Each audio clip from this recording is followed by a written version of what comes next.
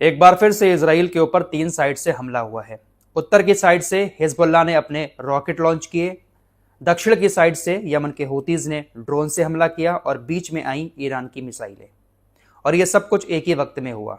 एक ही वक्त में तीनों साइड से इसराइल के ऊपर हमला हुआ, जिसकी वजह से पूरे इसराइल में सिर्फ और सिर्फ सायरन की आवाजें सुनाई दे रही थी।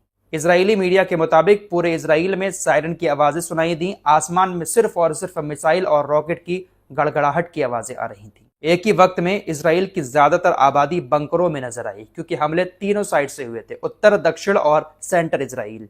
जब से हिजबुल्लाह और यमन के हुतीज खुलकर इस जंग में आए हैं, हमले शुरू किए हैं, तब से इसराइल के एयर डिफेंस सिस्टम के सर में बहुत ज्यादा दर्द हो चुका है। इसराइल के एयर डिफेंस सिस्टम को समझ नहीं आता कि ड्रोन को मारें या रॉकेट को मारें, या फिर जो सामने से खतरनाक मिसाइलें ईरान की आ रही हैं उसको मारें।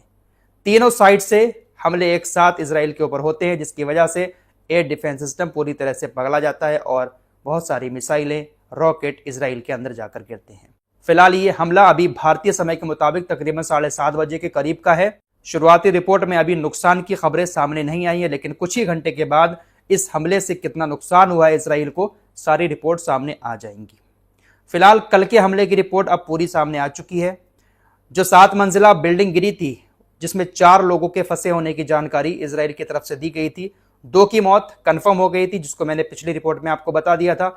2 और लोग थे, उनकी भी मौत कंफर्म कर ली गई है। इसराइल का बचाव दल कल से लगा हुआ था। मलबा हटाने में काफी मशक्कत करने के बाद सभी को निकाल लिया गया है। कहा गया है कि एक ही परिवार के 4 लोग थे जो मलबे के नीचे दबे और उनकी मौत हो गई। फिलहाल इसराइल के पास इंटरसेप्टर मिसाइलों की कमी लगातार देखी जा रही है। इसी के चलते हुए जो एरो इंटरसेप्टर मिसाइल है, उसको बनाने के लिए इसराइल के तमाम मंत्रियों ने अरबों शेकेल की मंजूरी दे दी है। इसराइल का रक्षा उद्योग पहले से ही दिन रात मेहनत में लगा हुआ है, डिफेंस मिसाइलें बना रहा है, लेकिन अब अरबों शेकेल और इन्वेस्ट किए जाएंगे इसराइल के अंदर एरो डिफेंस सिस्टम की मिसाइलें बनाने में।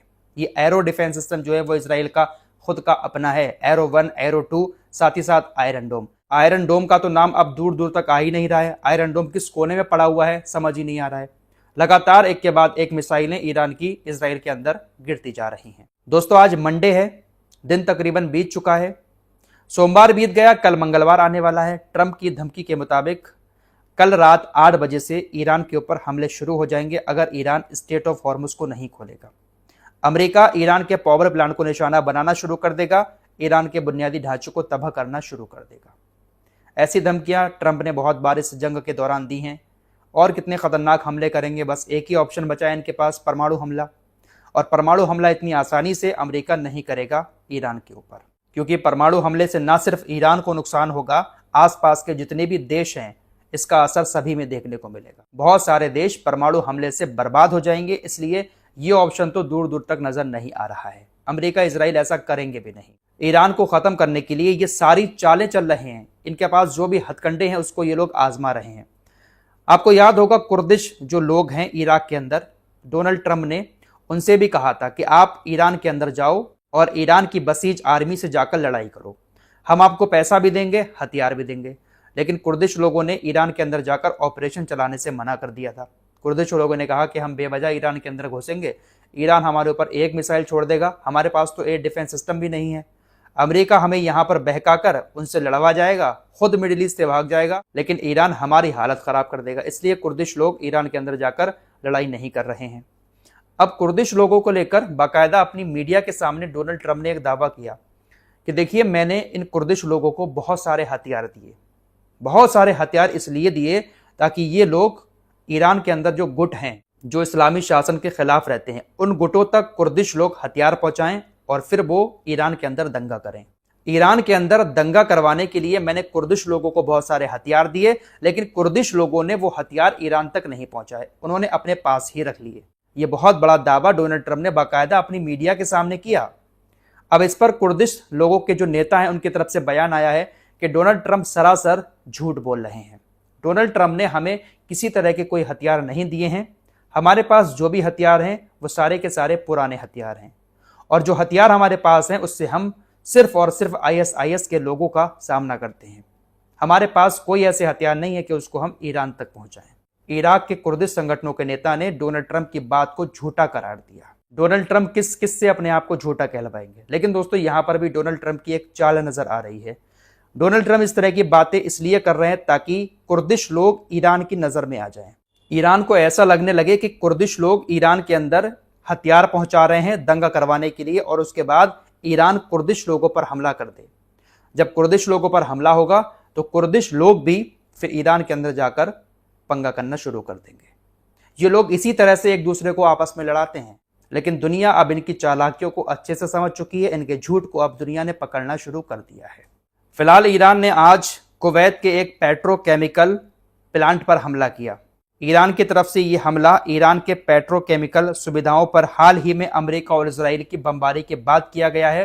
ईरान ने पहले ही कह रखा है कि आप हमारे पानी पर हमला करोगे तो हम पानी पर हमला करके जवाब देंगे, बिजली पर हमला करोगे तो बिजली पर हमला करके जवाब दिया जाएगा। पेट्रोकेमिकल फैसिलिटी को निशाना बनाया था ईरान के अंदर। अब ईरान उसी के तहत कल बहरीन की पेट्रोकेमिकल फैक्ट्री पर हमला किया था और आज कुवैत की पेट्रोकेमिकल फैक्ट्री पर हमला कर दिया गया। इसके अलावा ईरान ने यूएई के शारजाह में इंडस्ट्रियल एरिया में हमला किया। रिपोर्ट्स में यह कहा जा रहा है कि यह हमला क्रूज मिसाइलों से किया गया है।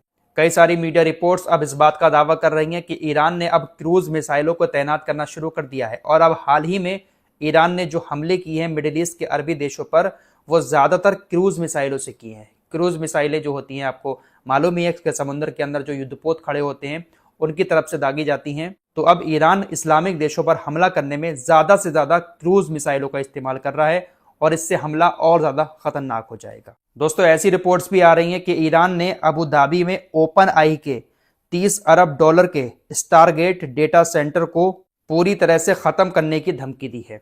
दोस्तों इस जंग का फ्यूचर अब क्या होने वाला है ये तो कल डिसाइड हो जाएगा। कल अगर अमेरिका इजराइल की तरफ से खतरनाक हमले ईरान के ऊपर कर दिए गए तो फिर ईरान भी पलटवार करते हुए जबरदस्त हमले मिडिल ईस्ट के देशों पर करेगा। फिर क्या क्या तबाह होगा मिडिल ईस्ट के अरबी देशों में, कुछ कहा नहीं जा सकता। स्टेट ऑफ हॉर्मुज ईरान नहीं खोलेगा अपने दुश्मनों के लिए। दोस्तों के लिए स्टेट ऑफ हॉर्मुज आज भी खुला हुआ है। पिछले 24 घंटे में 15 जहाज स्टेट ऑफ हॉर्मुज से आराम से गुजरे हैं। उधर यमन के हुतीस के नेता की तरफ से भी एक बयान आया है। हुतियों के नेता ने कहा कि देखिए, हम अमेरिका की किसी भी संपत्ति को नुकसान नहीं पहुंचाएंगे, अमेरिका के किसी भी जहाज पर हमला नहीं करेंगे अगर अमेरिका हमारे ऊपर हमले नहीं करता है या फिर ईरान के ऊपर खतरनाक हमले नहीं करता है। अगर अमेरिका बात को बढ़ाएगा, इस जंग को और ज्यादा भड़काने की कोशिश करेगा, तो फिर हमारे टारगेट पर सब कुछ आ जाएगा। फिलहाल अभी हम बाबल मंडप को भी बंद नहीं कर रहे हैं। सऊदी अरब की जो पाइपलाइन इधर से आ रही है, आराम से तेल सऊदी अरब निकाल सकता है। अगर सऊदी अरब खुलकर ईरान के ऊपर हमला करने आ जाता है तो फिर सऊदी अरब की बंदरगाहें हमारे निशाने पर होंगी। साथ ही साथ बाबल मंडप बंद होने की वजह से जो पाइपलाइन आ रही है सऊदी अरब के तेल की, उसको भी हम बंद कर देंगे। हम तब तक सऊदी अरब या किसी भी अरबी देश को निशाना नहीं बनाएंगे जब तक वो देश खुलकर इस जंग में ईरान के खिलाफ नहीं आ जाता। 1 महीना बीत चुका है दोस्तों, अंदर अंदर ये अरबी देश कितनी भी मदद करते हो अमेरिका इजराइल की, लेकिन खुलकर कोई भी देश सामने आकर लड़ाई नहीं कर रहा है। दोस्तों थोड़ा सा लो साउंड कर रहा हूँ इस वीडियो में क्योंकि थकन की वजह से थोड़ा सा फीवर वगैरह आ गया, तो एनर्जी थोड़ा सा मेरी डाउन है क्योंकि लगातार काम करने की वजह से बहुत ज़्यादा थकन हो जाती है, उससे बुखार आ गया। इंशाल्लाह फ्रेश होकर तरोताज़ा होकर एक बार फिर से आपके सामने जल्दी हाजिर होगा।